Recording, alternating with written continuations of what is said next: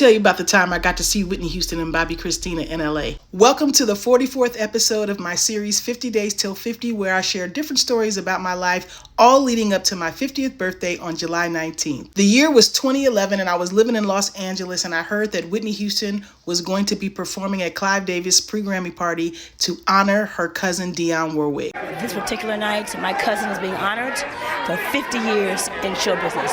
That's amazing enough. Now, if you know me even a little bit, then you know I'm a big Whitney Houston fan. So I've made it my business to book me a room at the Beverly Hilton so that I could see Whitney Houston. No matter how many times I had met Whitney before, my goal was always to meet her again. So I packed up me and my microphone and headed to the Beverly Hilton. Now, the night of the actual event, I barely got a glimpse of Whitney. I think I seen her for 3 seconds walking to the elevator. But before I knew it was her, she was gone. However, I did meet a whole bunch of other people, including Chaka Khan. That's the first time I ever met Chaka Khan. Mickey Howard, Kelly Price. And nobody could have told me that night that one day I would interview Chaka Khan, Mickey Howard, and Kelly Price one day for Studio Q. Hi, you know who this is. This is Mickey Howard. And I'm Caitlin Howard. And you're watching Studio Q. My name is Kelly Price, and you're watching Studio Q. Hi, I'm Chaka Khan, and you're watching Quencie on Studio Q. Okay, back to the list of celebrities that I met that night.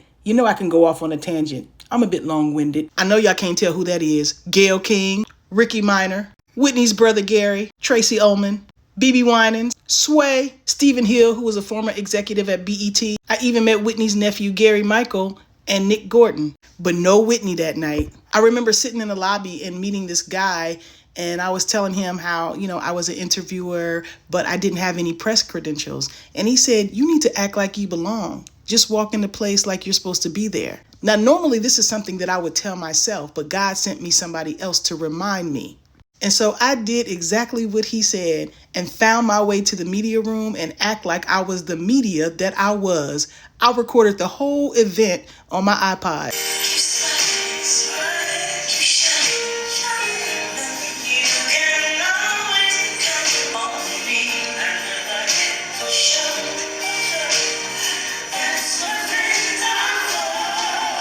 Now, I did get a chance to see Dionne Warwick that night, and I went up and asked her for a picture. She looked me dead in the eye and said, nope, cue music, walk on by. But see, that's why you can't never give up, because the next day I saw Dionne Warwick again, and I asked her for a picture for a second time. She looked around like she wanted to say no, but she said, okay, darling. And as you can see, we got the picture. After I got my picture with Dionne, I went to go check out of the hotel. And guess who I see? None other than Whitney's bodyguard, Ray. And if you know me, you know I'll walk right on up to Ray and said I wanted to see Whitney.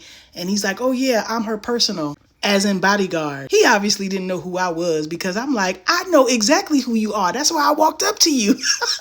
So he said he would tell Whitney that I was downstairs and was waiting to say hello to her. And not too long after that, Whitney Houston came down with Bobbi Kristina and gave me so much love, and I took the picture on my iPod. That's why it looked like it came from a fax machine. So even though I did not get to meet Whitney Houston that night, as I was checking out, she was checking out at the same time as I was, and boom, look at God. This was like my 6th encounter with Whitney Houston in my lifetime. It was short, but it was sweet, and I was so grateful. Because to me, the only thing better than meeting Whitney Houston is meeting her again.